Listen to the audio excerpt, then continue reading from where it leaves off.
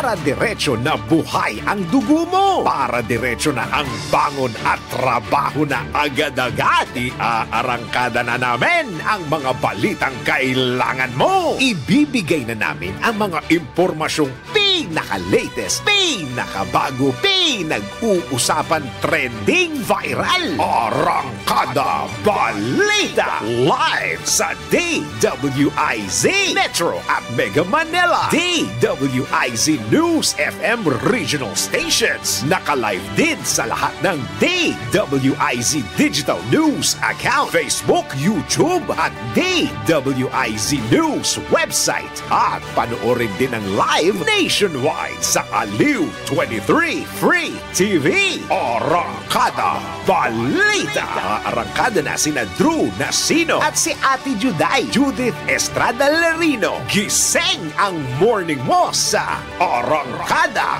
Balita.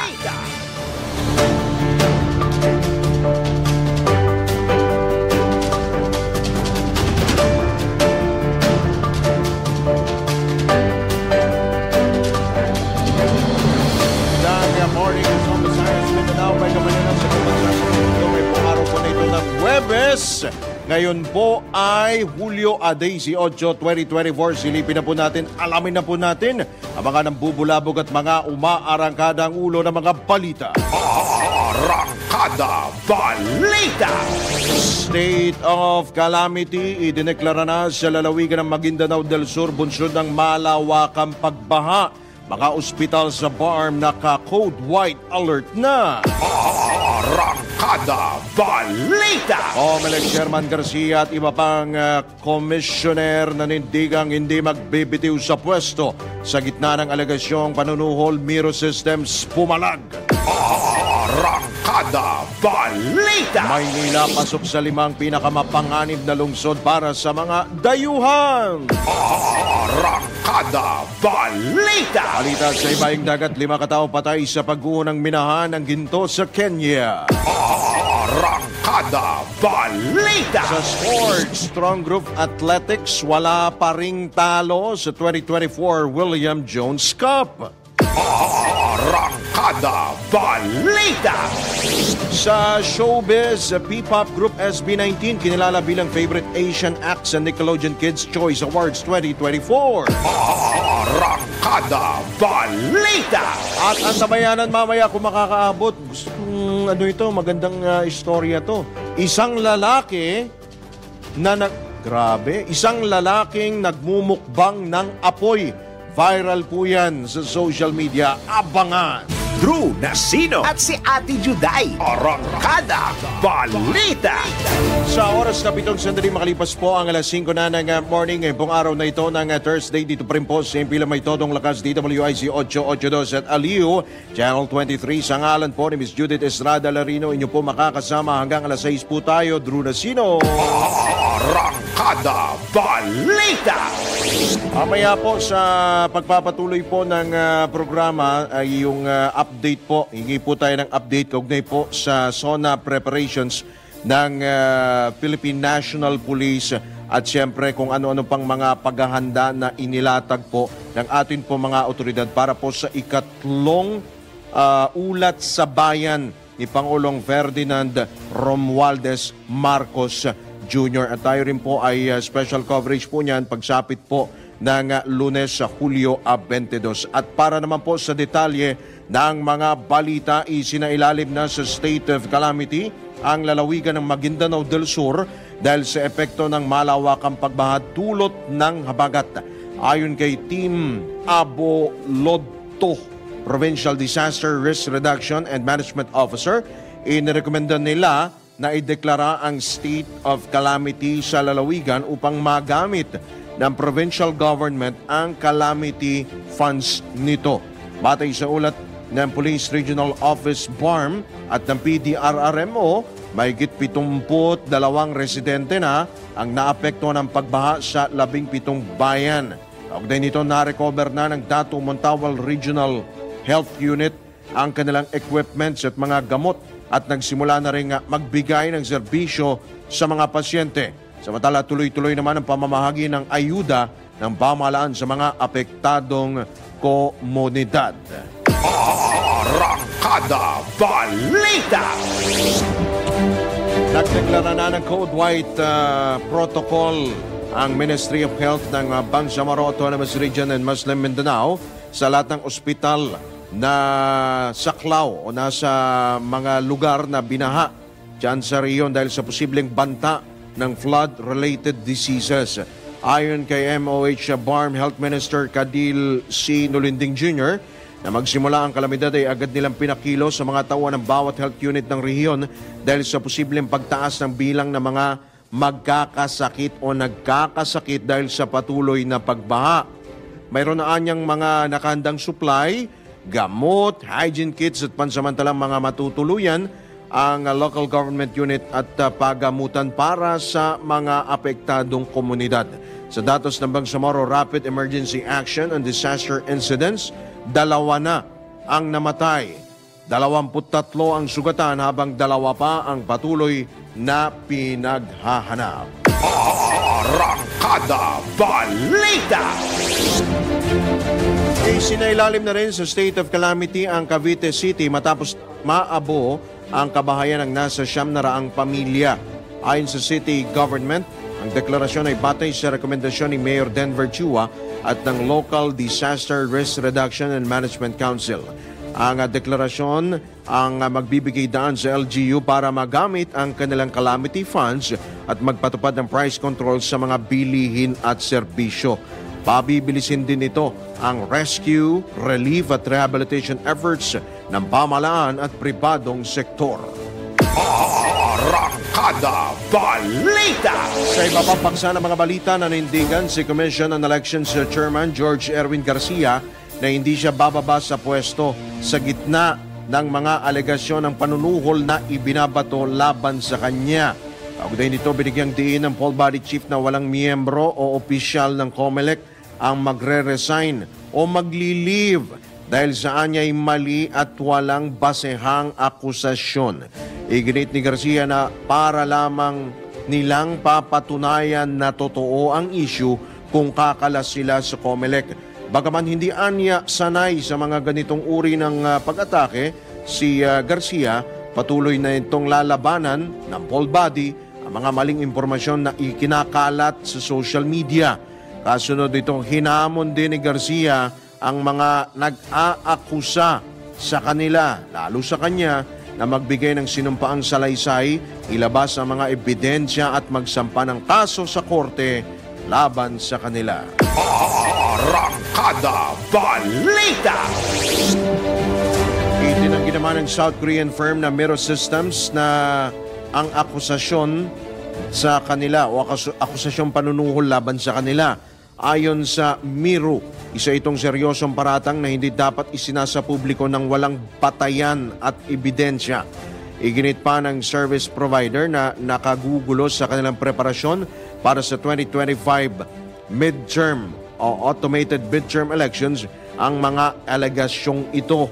Kaugnay nito, binigyang diin ng nasabing kumpanya na makikipagtulungan sila sa anumang ahensya ng pamahalaan na magsasagawa ng investigasyon. Nabatid na ibinunyag ni Congressman Rodante Marcoleta na sinuhulan umano ng Miro ang isang mataas na opisyal ng COMELEC upang mapunta sa kanila ang 18 billion pesos na kontrata para sa automated polls. Arangkada Balita!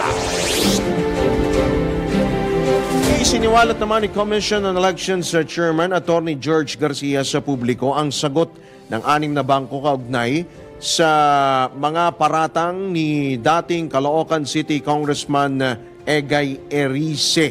Ito ibang karang magpadala ng request letter si Garcia sa mga bangko upang patunayan na wala siyang account sa mga ito taliwas sa mga akusasyon ni Erice. Nabatid na nakasaad din sa mga ipinadalang liham ng mga bangko na hindi tunay ang mga paratang na may bank information sa kanila si Garcia. Matatandang inakusahan ng dating mambabatas na mayroong opisyal ng COMELEC na tumanggap ng suhol. Ito po yung akusasyon ni Marcoleta. Pero ang akusasyon po ni Erice ay merong bank accounts. Ito pong mga bank accounts na offshore pa nga offshore bank accounts. Ito pong si Garcia maging yung asawa po nito. Arangkada Balita! Samantala, pang-5 ang lungsod ng Maynila sa pinakamapanganib na syudad para sa mga dayuhang turista. Ito'y batay sa lumabas na Forbes Advisor Report kung saan nakakuha ang Maynila ng score na 91.49%. Batay sa pag-aaral, pang-siyam ang kabisera ng bansa sa mga lungsod na may pinakamataas na crime risk, pang-5 sa personal security risk, pang-siyam sa infrastructure security risk, at pang-12 naman sa digital security risk. Samantala, nanguna naman sa listahan ng Caracas, Venezuela. Caracas, Venezuela po ito, na sinundan ng Karachi, Pakistan, Yangon, Myanmar at Lagos, Nigeria. Arangkada Balita! Sa oras na 15 sandali, makalipas po ang alas 5 na ng morning, tanggap po tayo ng ilang mga pag-uulat buhat sa labas ng himpilan. Mass production ng RX Box. Iminungkay ng DOST para sa pagtataguyod ng kalusugan sa mga liblib na lugar. Ang pag-uulat buhat kay Patrol 13, Gilbert Perdes. Iminungkahi ng Department of Science and Technology o DOST ang mass production ng RX Box para sa pagtataguyod ng kalusugan sa mga lokal na pamahalaan, partikular sa mga liblib na lugar sa bansa. Sa Bagong Pilipinas ngayon special briefing, ipinaliwanag ni DOST Secretary Renato Solidum Jr.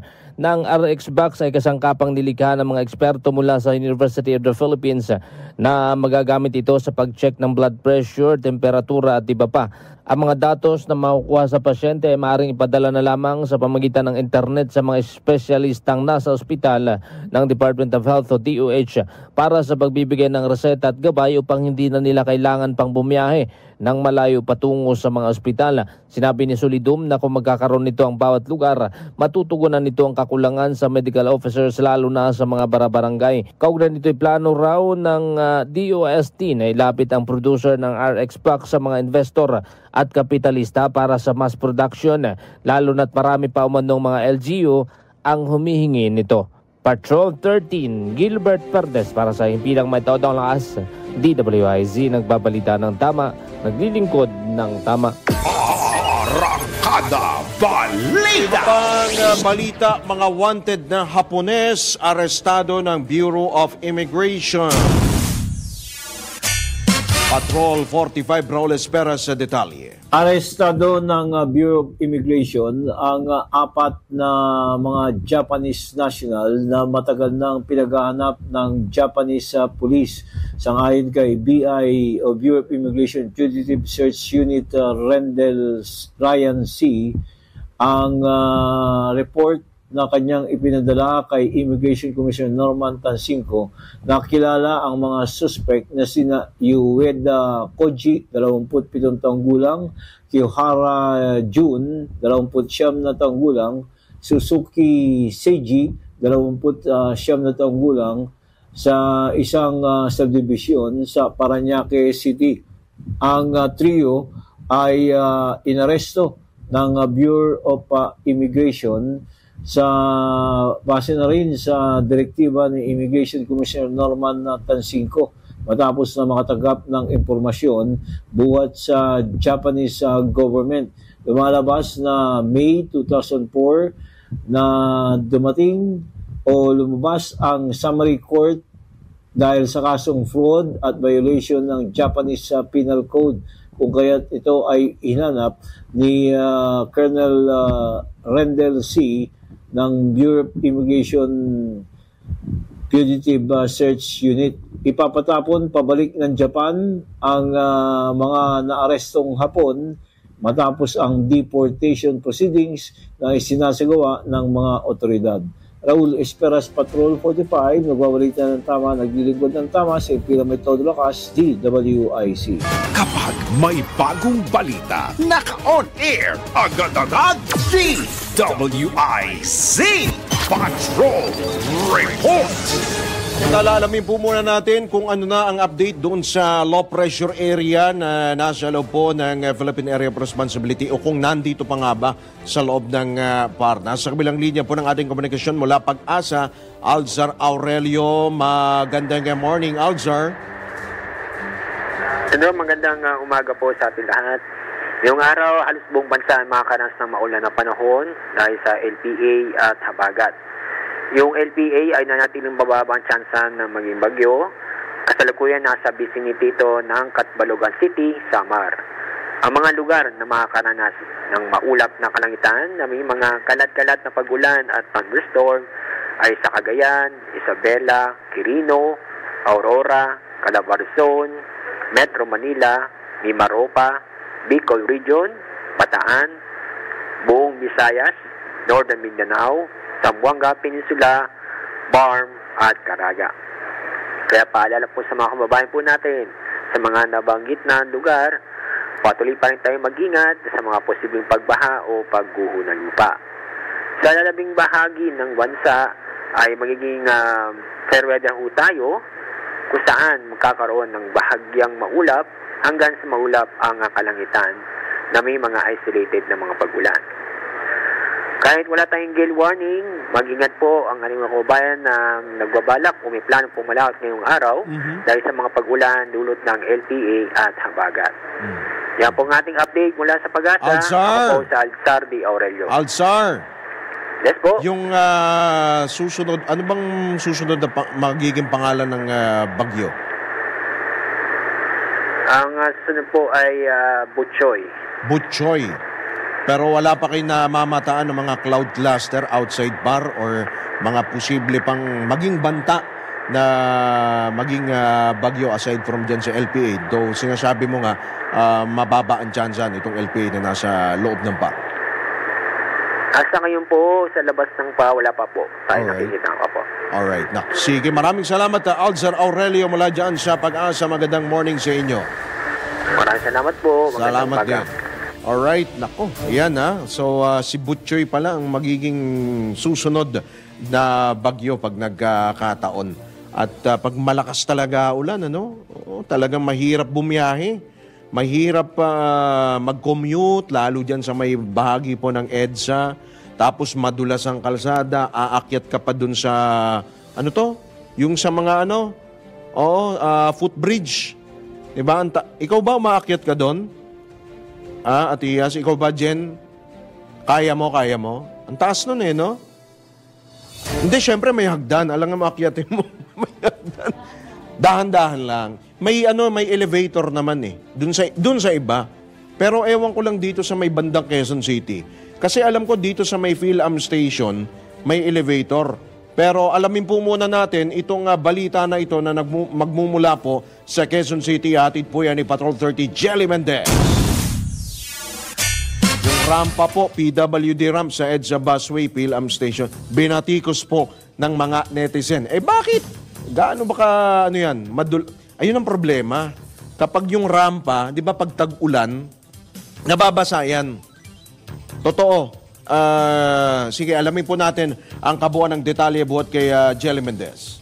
Binatikos ng mga netizen ang bagong rampa na inilagay ng Metropolitan Manila Development Authority o MMDA para sa mga persons with disability, buntis at senior citizens sa bahagi ng EDSA Busway PhilAm Station sa Quezon City.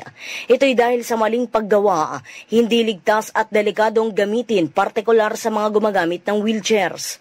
At ayon sa mga netizen, hindi dapat inaprobahan ang mga maling disenyo at hindi dapat ginagamit nagamit sa maling proyekto. Ang kaban ng bayan dahil nagdudulot lamang ito ng panganib sa mga gagamit ng naturang rampa. Ang PWD ramp ay ginawa bilang access sa pagitan ng elevator at footbridge, pero ayon sa mga arkitekto, masyadong matarik at hindi tugma sa anggulo o requirement para sa PWD ramp dahil umabot ito sa 14.5 degree na dapat ay nasa 4.8 degree of incline lamang ang standard nito. Sa inilabas na pahayag, aminado ang MMDA na hindi perpekto ang naturang disenyo pero mayroong height restriction ang MRT na kanilang sinunod. Iginit ng MMDA na hindi masyadong matarik kung lalakarin nito at layon lamang nito na magpantay ang elevator sa footbridge.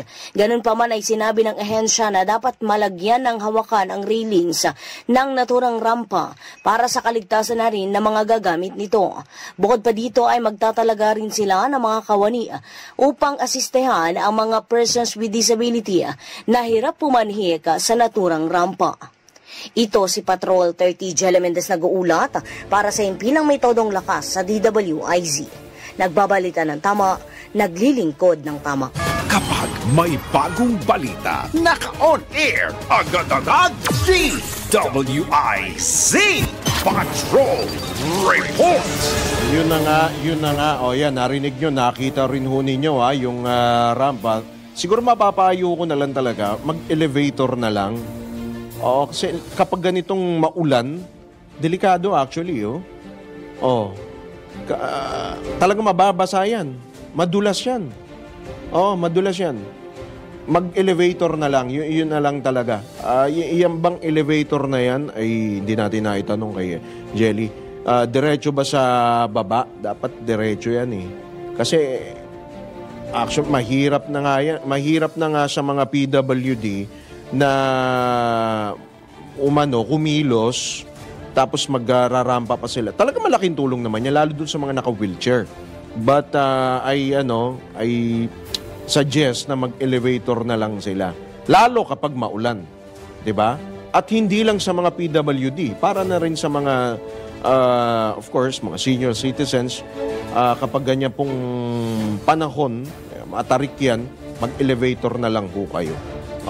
Yung isang araw may balita tayo na yung ilang elevator po sa EDSA busway, yung mga bagong elevator pa naman, isinira.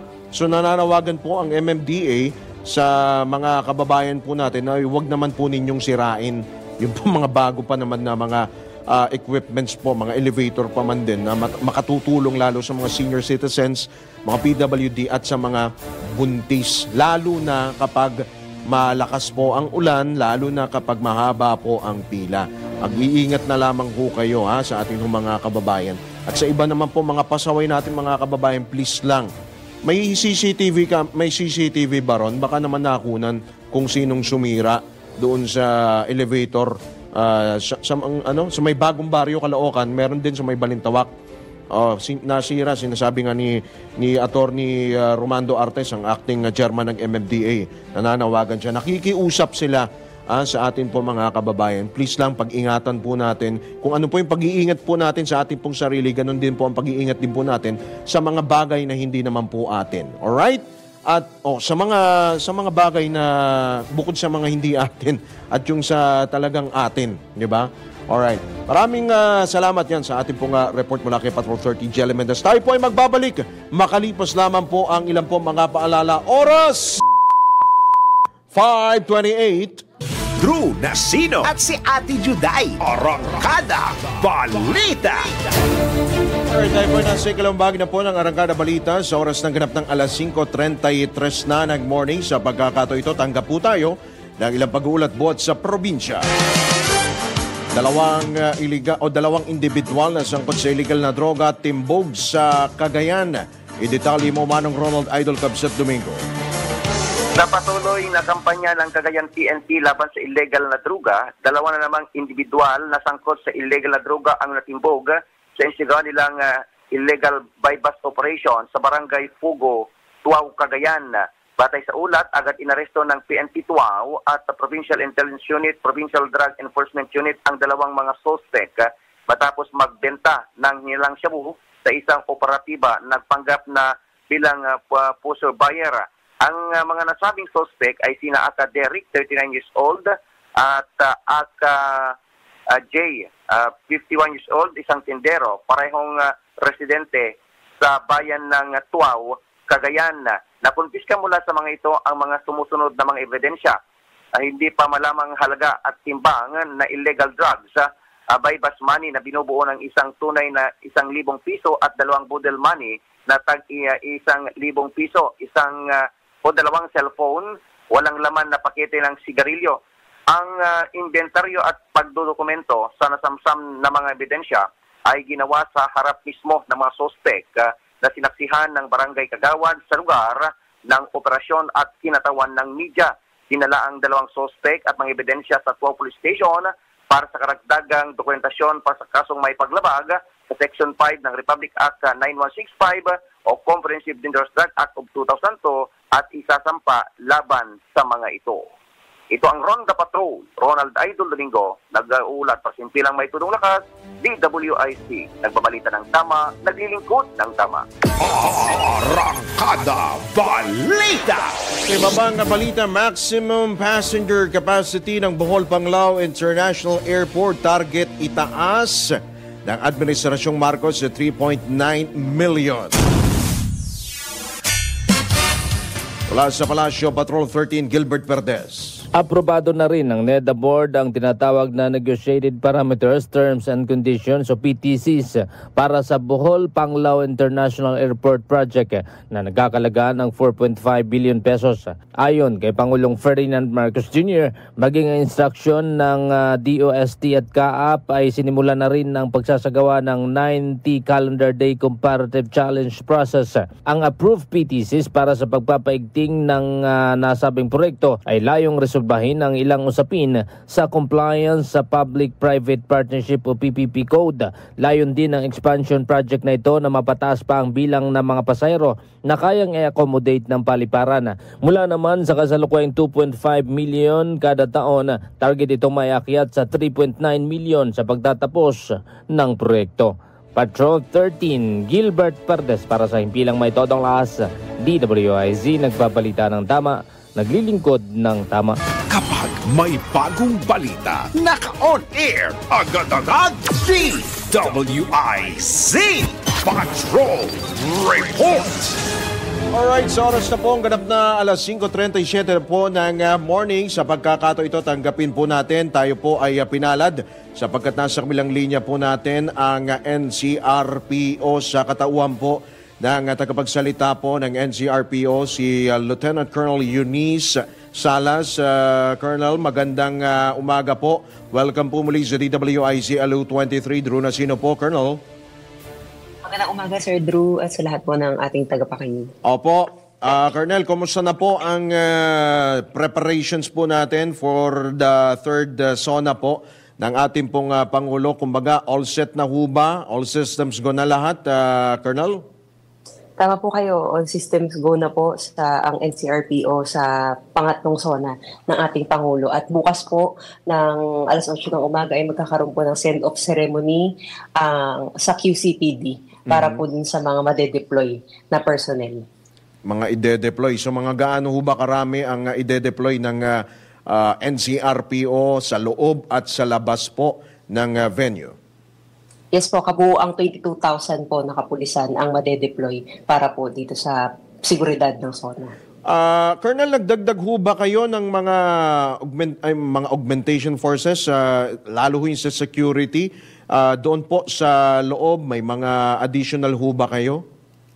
Asa ngayon po kung ano po yung unang napagplanuhan natin ay na-finalize po during yung aming interagency coordinating conference last Tuesday at 22,000 pa rin po yung ating 22,000. So walang binago, lalo pati doon sa mga kalsada na isasara. Of course, may mga security pa rin ho dyan. Wala ho tayong binago despite na, of course, talagang yung balita, putok na balita, yung nangyari nga po sa Amerika kay dating US President Donald Trump, talagang nalusutan ho sila. So, everything's fine, everything's kumbaga manageable, Colonel?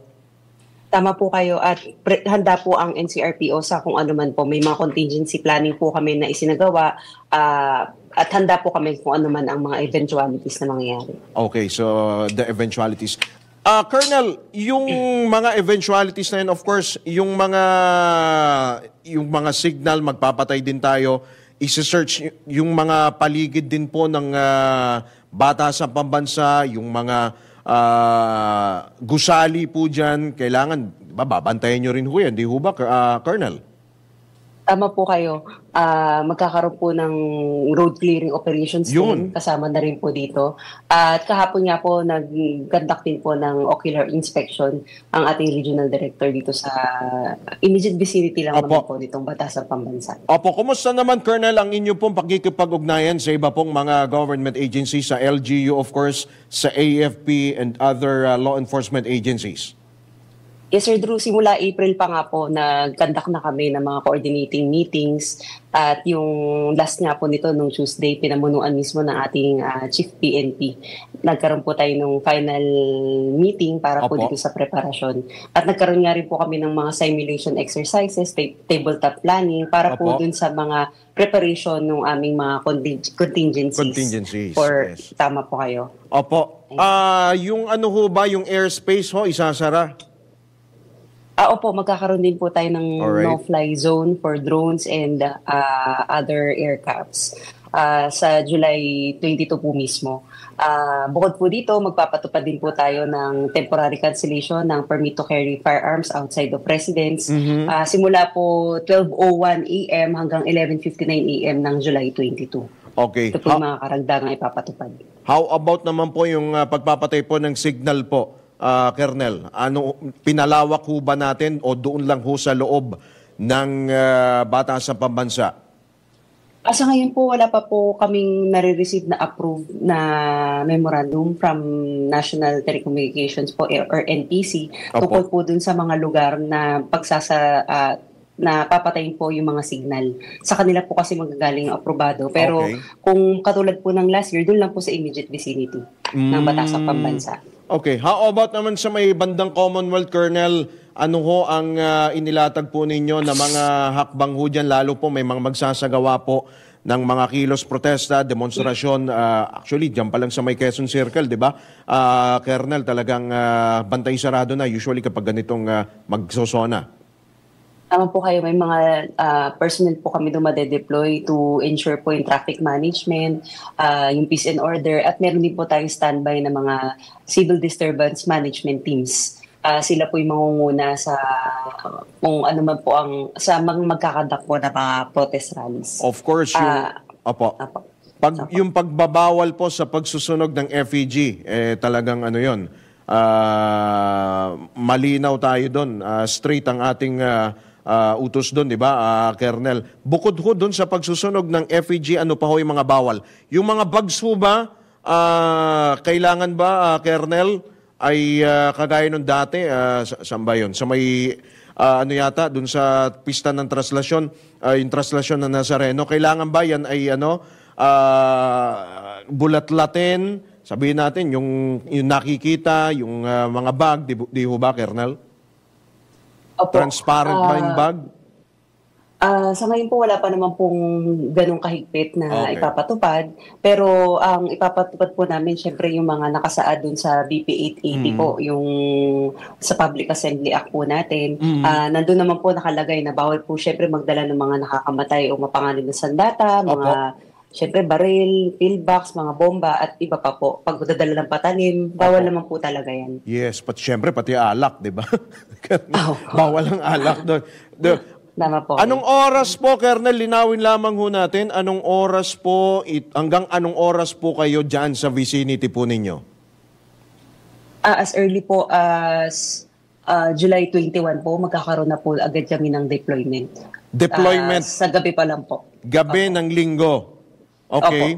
Hanggang na po. Hanggang gabi na po ng Lunes. Lunes ng gabi. Okay, so after ng SONA, mga bandang alas 7 ho ba yan or anong oras ho ng Lunes ng gabi? Mga bandang alas 7, alas 8 po dahil tutulong din po kasi ang PNP dun sa mga road clearing Ayun. na after po. Dahil nung katulad nga po last year, kung maalala ninyo na nung nagkaroon ng mga pagsusunog ng FEG, mga kapulisan pa nga po yung naglinis ng mga naging kalat ng mga ating mga released.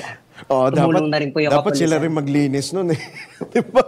Kaya nga po, kinasuhan din po sila doon ng mga environmental acts. Oh, Paglabag po sa may MMDA environmental naman acts. din kayong katuwang, di ba, Kernel? Usually naman, merong ganyan, di ba? Opo, sa pagkakatanda ko po ay halos 2,000 rin po yung i-deploy 2,000. nila ng mga personnel ng MMDA po para sa traffic. At Opo. nakita rin po na, isi-share din po namin sa aming Facebook page yung Sige mga po. alternate routes na sinabi nila. Opo. At wala pong isasaradong kalsada bukod po dun sa IBP Batasan Road at magkakaroon lang po ng zipper lanes dun sa southbound ng Commonwealth. Zipper lanes.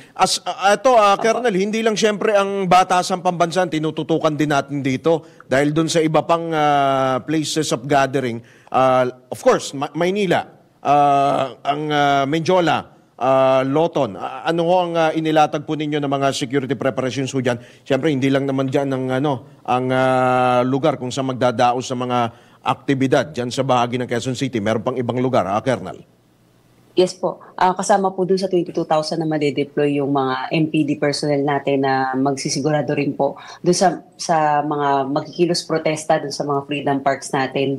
Yun po, yung sa Maynila po, yung Plaza Miranda, Yan. Opo, Moriones, sa Liwasang Bonifacio, yung mga identified po natin na freedom parks na sigurado pong magkakandak din po ng mga kilos protesta. Yung mga rallyista natin ay naka-in place din po yung ating CDN. Aside from that, yung siyempre yung ibang yung pakikipag-coordinate din ninyo sa iba pang LGU, kumusta naman? Of course, hindi lang Quezon City, buong Metro Manila, lalo na sa NCRPO. Ang seguridad naman ho doon sa mga binanggit po ninyong mga lugar, ganun din ho ba ang seguridad na ipatutupad ninyo? Yan, kagaya dyan sa MPD. Opo, ganoon din po yung ipapatupad Alright. natin sa pangunguna po ng mga district directors natin as task group commanders. Opo.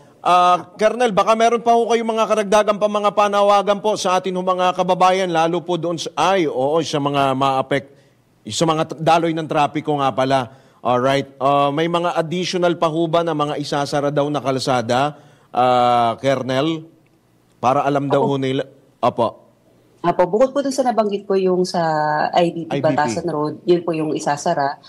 Sa Commonwealth po, ine-expect na natin, lalo na pag nagsimula na po yung pagdagsa ng mga guests natin, bibigat po yung trapiko. Kaya nag-post na po yung MMDA ng mga advisory ng mga alternate routes para po sa mga trucks, sa mga light vehicles. Makikita na po nila dun kung saan po yung mga pwede nilang daanan para maiwasan po nila yung trapiko. Alright, nako. Sige, antabayanan po namin yung iba pa ho ninyong mga updates and iba pang mga detalye sa mga susunod pang araw. At sa SONA, magkasama-sama muli tayo. Duty tayo pare-parehas, Colonel. Marami pong salamat sa inyo pong oras at mag-iingat po kayo at good luck po sa inyo, Colonel. Apo, maraming salamat din po, Sir. Salamat po. Yan po si Lieutenant Colonel Eunice Salas, ang PIO po, Public Information Office Chief, nagpagsalita po ng NCRPO. Arangkada Balita! Iingat po kayo ha. Naalala ko nung panahon niya, yung mga nagrarally nung araw, nabato ba kayo nun? O nasa labas? Yung mga nagrarally ng babato, kung ano-ano yung binabato. Well, anyway, pasintabi sa mga nag-aalmusal, ha? Alright, tayo po yung magbabalik makalipas mo ilang mga paalala. Ang oras po natin! Oy, 5:48 na, ha? Drew Nasino at si Ate Juday. Arangkada Balita! Alright, iabulo natin ang ilang pa mga pag-uulat. Bod sa labas ng himpilan, tanggap po tayo ng report mula Calabarzon, Arman Cambe. Pagiganti sa management ng hotel ang sinabing motibo ng sumukong suspect na pumatay sa dalawang Australian at Pinay sa loob ng isang 5-star hotel sa Tagaytay City noong nagdaang linggo. Sa nilagdaang extrajudicial confession ni alias Chester, inamin nito na siya ang pumatay sa 3 biktima at sa bintana sa likod ng room 103 kung saan natutulog ang mga biktima, doon siya dumaan. Ayon sa suspect, 1 linggo na nakalilipas ng tanggalin siya bilang pool attendant ng hotel kung kaya't naisipan niya itong gumanti at bigyan ng kahiyan ng kumpanya. Isang kutsilyo ang ginamit ng suspect at tinutukan ng mga Australian, itinali ng packaging tape ang mga kamay at paa at sa kanya ito pinatay. Ang suspect ay sumuko sa tanggapan ni Tuy, Batangas Mayor Jose Serrado kasama ang kanyang pamilya. Hindi na nabawi pa sa suspect ang mga ninakaw na gamit ng mga biktima. Naharap sa kasong robbery at multiple homicide ang suspect.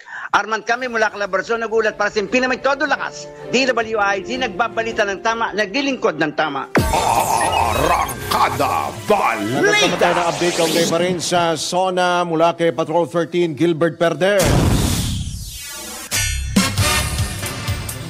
Mismong mga bigatin at kilalang negosyante sa bansa ang magbabahagi ng kanilang nakikitang bukas para sa ekonomiya ng Pilipinas sa pamamagitan ng programang inihanda ng Malacanang na pinamagatang Through the Lens of Economic Movers. Maririnig direkta mula sa mga tanyag na negosyante sa Pilipinas ang kanilang nakikitang lagay ng ekonomiya sa hinaharap. Mula sa mga eksperto ay lalahat din sa preso na special ang kanilang pananaw sa progreso ng bagong Pilipinas. Magsisimula ang Through the Lens of Economic Movers, preso na special mamayang alas 7 ng gabi. Sasalang mamaya sa programang chairman at CEO ng International Container Terminal Services Incorporated na si Ginoong Enrique Razon. Patrol 13, Gilbert Perdes para sa Himpilang May Todong Lakas. DWIZ, nagbabalita ng tama, naglilingkod ng tama. Kapag may bagong balita, naka-on air, agad-agad, DWIZ Patrol Report! Samantala, nakatanggap ng mahalagang suporta ang Bureau of Customs mula sa Philippine Trade Training Center at EU-funded Arise Plus Philippines project upang mas mapaganda ang trade facilitation strategy nito at matulungan ang micro, small and medium-sized enterprises ng bansa. Sa ilalim ng Output 4 ng Arise Plus Philippines project, isang joint workshop ang isasagawa ng BOC at PITC upang palakasin ang kapasidad ng ahensya sa pagpapatupad ng Customs Modernization and Tariff Act at World Trade Organization Trade Facilitation Agreement. Tatalakayin sa workshop ang mga bagong trade facilitation tools at inisyatiba sa Philippine Trade Facilitation Committee sa Agosto. Sa ilalim ni Customs Commissioner Bienvenido Rubio, suportado ng BOC ang mga hakbang na mas mapaganda at maging moderno ang proseso ng ahensya at matulungang lumago ang mga MSME at ang ekonomiya ng bansa. Arangkada Balita! Alright mga katodos, wala na po tayong oras. Sumasapit na po tayo sa ating pong pansamantalang pagpapaalam ngayong araw po na ito ng Thursday. Ngayon pong July 18, 2024. Sa ngalan po ng buong tropa ng DWIZ Aliw 23 at sa ngalan ni Ms. Judith Estrada Larino, ito po yung lingkod. Drew Racino, nagbabalita ng tama, naglilingkod ng tama. Susunod na Usapang Tol, kasama sina Senator Francis Tol Tolentino at Cecil Villarosa.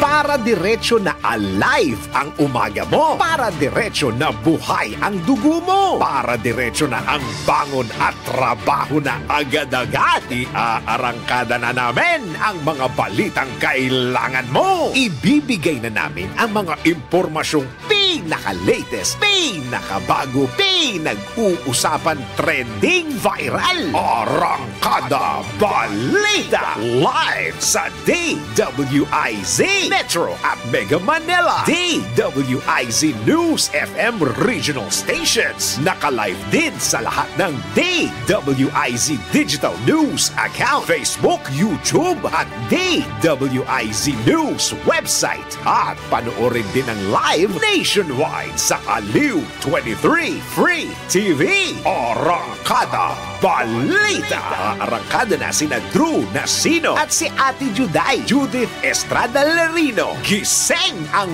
morning mo sa Arangkada Balita. Live araw-araw, Monday to Friday, 5 a.m.